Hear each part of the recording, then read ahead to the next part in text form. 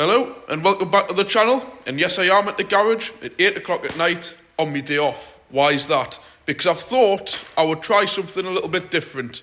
I'm a bit limited, as you know, on my recording skills. I only use my phone, so don't expect anything like these people with, 50 and 60,000 subscribers. I'd simply just have my phone in a little tripod. But I thought I would try something different, which I haven't done before, is a bit of a road trip. A car adventure, so to speak. And it's a bit of a funny one, because you'll notice, because I've got a car here, which you'll see. I'll get into that in a second. So yeah, what on earth am I doing here at 20 past 8 on a Saturday evening? And I've just had a lovely day out in Kielder with the family, just getting back, just get sorted, and I'm in here, but I'm here for a reason. So, let us know if you like this kind of thing. I'm only going to be able to do little snippets and add them all together. I cannot do the whole recording while I'm driving and stuff, unless I can. All I use in the car is a basic mount that you put on, like the heater fan, like your forward-facing fans, what holds the phone, which I use for my sat-nav. So, I don't know if I can maybe get it propped up in one of the cars or get it so the forward-facing camera can catch a little bit of driving. I might do a bit of time-lapse, but I don't know. In fact, while I'm here and I'm doing this video, I'm actually going to go to the office and get my tripod for the sake of picking it up, because I would have totally forgot about it. I'll show you it on camera now. This is what I use. This is the only piece of equipment, just so everybody knows on this channel, all I use is my iPhone, an app on my iPhone to do the editing, an app on my iPhone to make all the thumbnails and all the rest of it, and this little tripod thing. I may try getting that to stay on the dashboard on a long drive and do a bit of time-lapse, but we'll see. So, back to the point, why am I doing this? So, as you all know, I sold the Mondeo to somebody, and I used to have my little Toyota Corolla. If you look back to my very first videos from when I first started the channel, I've got a little E11 Y-Reg 2001 Corolla, and it's only got 40,000 miles, and it is like it rolled off the showroom floor. And we all know my friend Chris, me and him exchange cars all the time.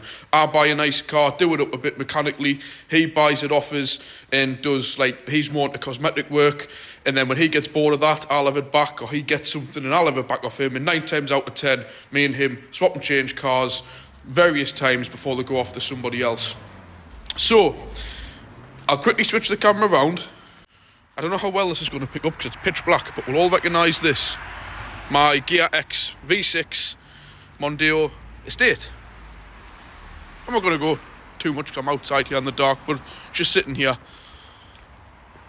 And I'll just come back into the garage. There's a reason why I'm here at this time of night as well, and it isn't because of this car either.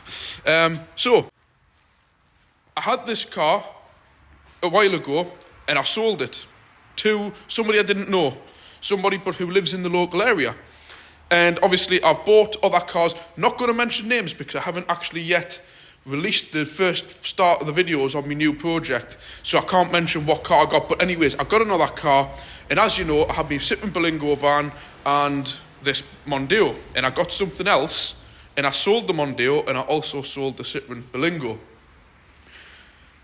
But then I was sat there on when was it? 2 weeks ago, and my friend Chris said, do you want to buy the Corolla? But I actually prompted him, because Chris has been doing some changing around with his cars, and I says, no, do you know what, I wouldn't mind, if I was going to get anything off you, I wouldn't mind my Corolla back, because I want a little cheap runabout for the summer to have a bit of fun. As you know, I've got my 3.7 V6 Mercedes ML for towing the caravan, very thirsty. Got my new car, which is, I need to release yet, which is a diesel, which is quite economical.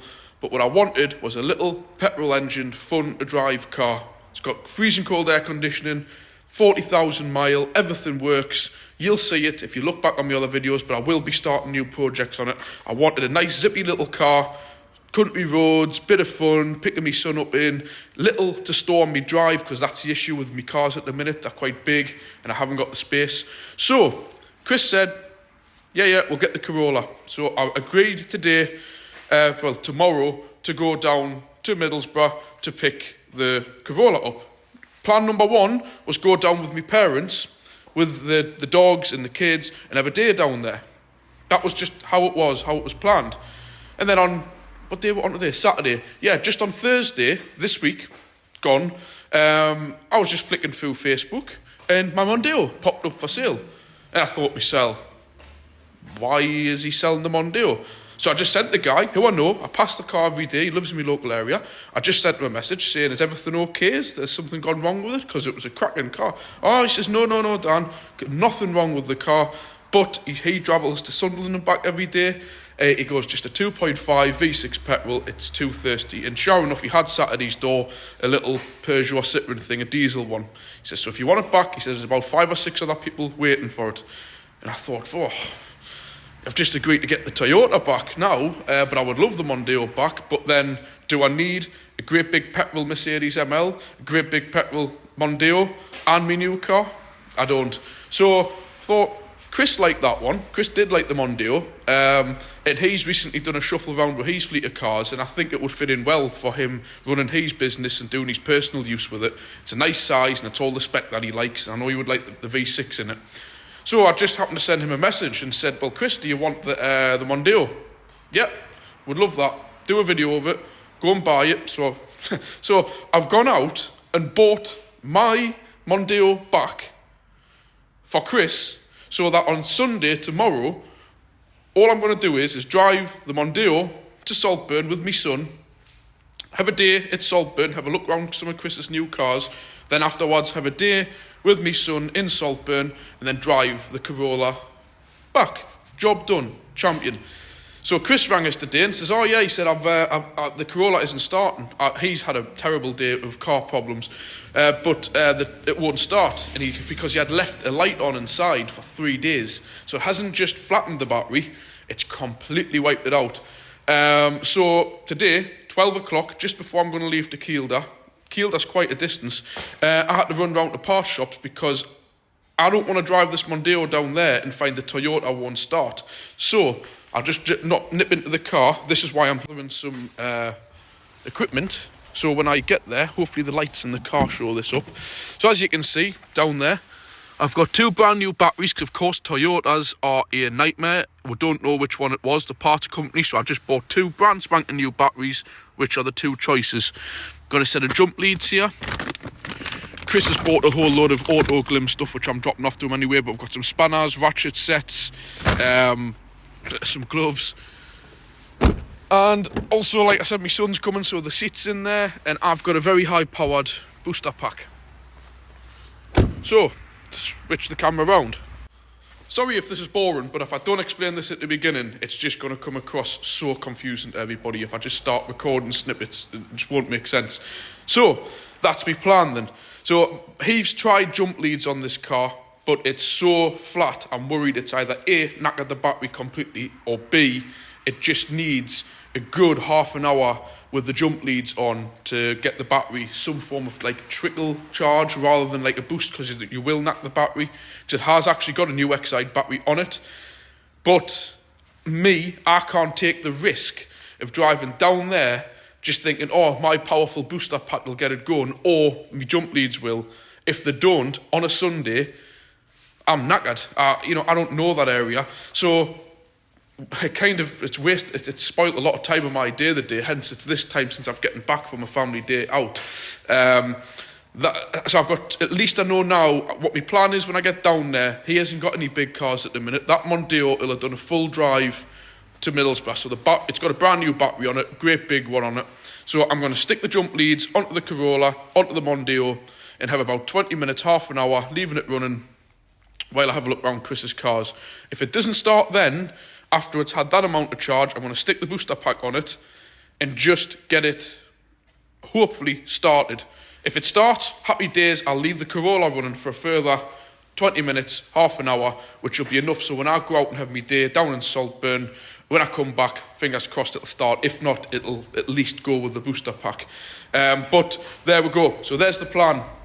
So I'll get back to you in the morning. So that's what we're going to be doing. First thing in the morning, me and my son are getting up in the Mondeo, down to Saltburn by the sea, which is like Middlesbrough way.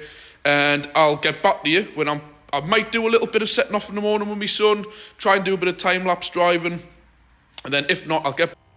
Good morning and welcome to the beginning of the road trip. A bit of a later start than I expected, but never mind. I'm currently stopped in a little place called Camas, a little coastal town. I've just been and put fuel in. I'm a bit disappointed. £20 of fuel, I'll just switch the camera around. 149 it was for unleaded, and we're getting 110 mile. I need to get the exact calculations to Middlesbrough. It's not that far, but I never believe these computers. But so we're in the car. Got me son. I've just realised we've got matching coats on. Say hello, Charlie. Hello. He's coming along for the ride. I've got one. I'll show you a few bits. I've got me a few bits of essential foods for the little one. I've got all the stuff in the back, which I'll now go around and show you. In fact, we'll go around the car first.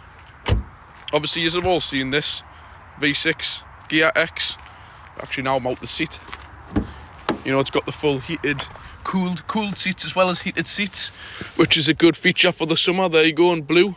Not many cars I know with cooled seats. Full leather, cruise control, all the other bits. All the goodies you could really want on a top of the range Mondeo. And what I've got in the back, like I've showed you, high power booster pack. I'll show you that when I get to Chris's. 2 brand new batteries on there of different sizes, and a bag full of jump leads and various tools for changing the battery if required. But now I'm starting to drive this car. I'm wishing I wasn't selling it, but I do prefer the Corolla. I do prefer the Corolla because obviously I can't afford to run 2 big engine cars, and it's the tax as well. But it's a nice old car. I'll get some better shots of the car when we're actually at Middlesbrough, when I've got it next to the Toyota. So I'll just jump back into the car. So we're going to set off now. I'm not quite sure how long it's going to take. I'm going to have a look at the map. Like I've mentioned, I've got me little tripod. I'm going to try and put it, I'll turn it round, on the dash somehow to get some kind of footage of we're driving. I can't do much of that. It'll just be a few short sections of time lapse on some interesting bits of road. As you can see where we are here now, we're right on the coast, and we're just about to head on what you call the 8-way, the spine road, which leads you to the A19. And I've got my little phone mount here, but I might do a bit of recording while driving, but unfortunately the phone is going to have to be in the upright position, so excuse if you're watching this on a TV, it may kind of go to like a little letterbox display on your screen, but it will come back to the landscape view for when I'm doing filming, like whilst I'm not driving. So onwards with the trip. Let's hope we get there on £20 of petrol. I'm just going to take it easy, and I'll cut in and out, and next time I see you, I'll either be driving or a bit of time lapse, or when we get to Middlesbrough.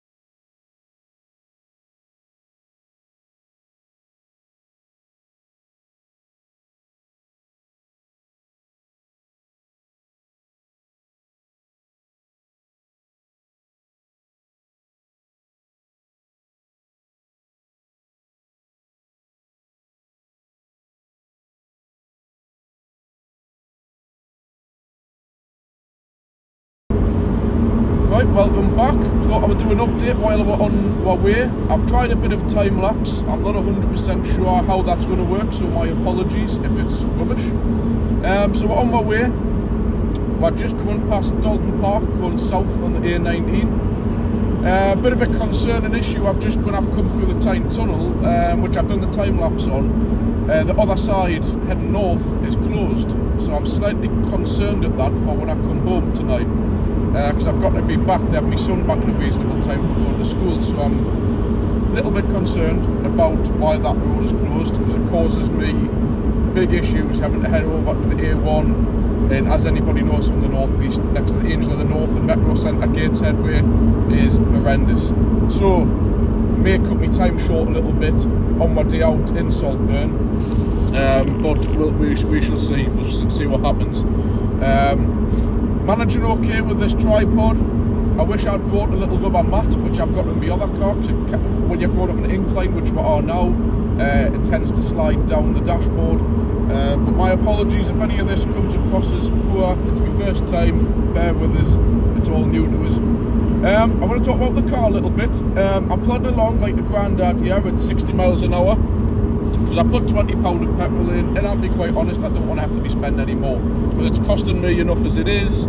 To have to drive down here and then have to drive the other car back, so hopefully the other car's got some fuel in, otherwise it's going to end off I have to stick 20 in that one, 40 quid, you know, so see what happens. Anyways, the car's doing alright actually. If you keep it at 60 mile an hour being an automatic 5-speed, it sits just below 2000 revs, about 1900, 1800 RPM. So really it's chugging away just like a diesel.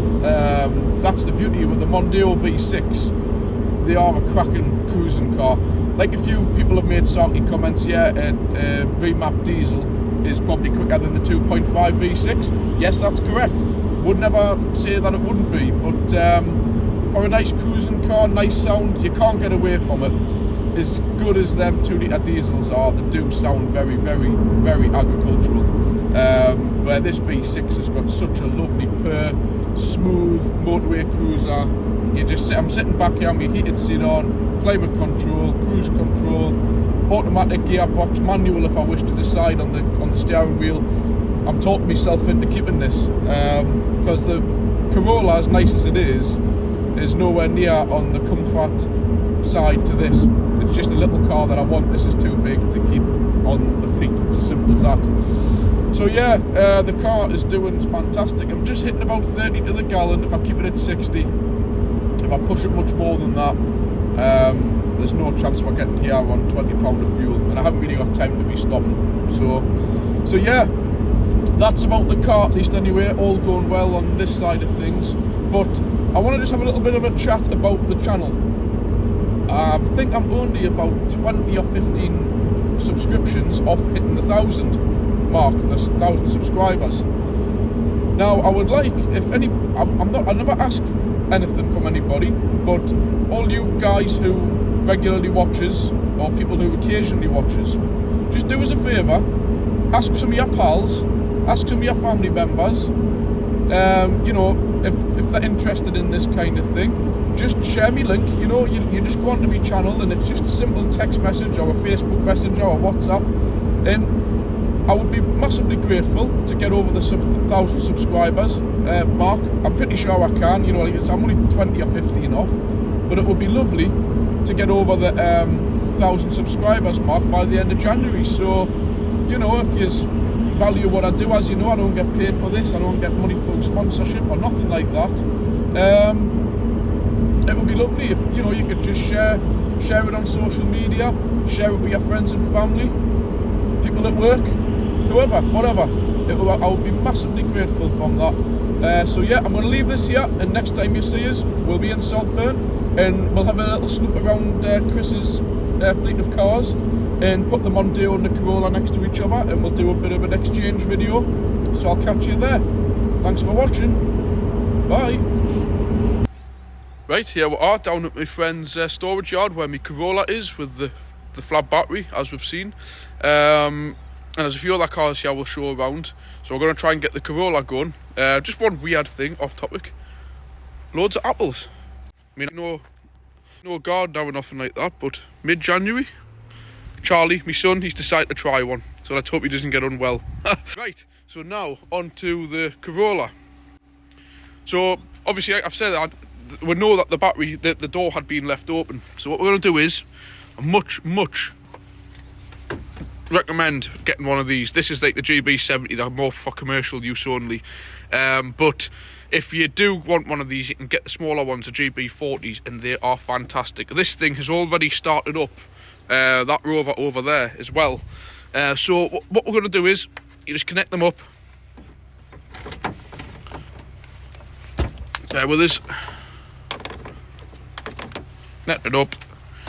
And don't worry, these things have got built-in sensors, so if you put anything on the wrong way, you can't really do any great deal of damage. Connect it up, switch it on. It lets you know it's active when it's pulsing through. And we'll see if she'll start, because I'm convinced there's nothing wrong with the battery. Out of gear. Give it a few seconds. Do another ignition prime. Let the fuel pump go. There we go. I did already have it running prior. I just obviously wanted to show you this, that it does work, and I didn't want to put any more strain on the battery. Knock that off. Off with that. Off with that. And I'll just put this out the way. So there we go. I just wanted to show you what's been going on. Obviously I had all my gear ready for it, but like with this car you can see everything, and you'd think them alternators were just brand new. No corrosion anywhere. It's like a new car. Hence I wanted it back. But this battery, I put this on a 4-year guarantee one, so I was convinced there was nothing wrong with it. I think what was wrong was Chris's jump leads weren't getting a proper good hold, so I never actually used the Mondeo in the end. So as you can see, Mondeo got here, no problem. And there we go, so it's running like a little sewing machine. Needs a little bit of a clean inside. I'm just going to do a bit of hoovering, a bit of cleaning up. But she's just like a brand new car in here. Absolutely lovely. I love this car. So pleased to have it back. I mean, the back seats, they're like new. And as you can see in the back, just so you can see, as you've seen on my previous video earlier on today, you know, I've got 2 brand new batteries there in case I needed them, and the jump leads. So there we go, we've got it going. So what I'm going to do now is I'm just going to cut out, I'm going to rearrange the cars, and I'm going to show you what we've got here and what's going on. Right, hello and welcome back. This is going to be the final part. I've done a bit of the driving recording on the way here, but on the way back it's a different car. The dashboard's not really the best to put mounts on, and it'll be dark as well, so I'm going to end the video after this. So I just want to show what we've done. So like I've mentioned in the video, that's my Mondeo, which I've drove down here, and everybody will recognise the Toyota. There was another guy who did a review on this online. Yeah, that's his name, Joseph Lloyd, on the Tweed Jacket Reviews. He's actually done a review on this car as well.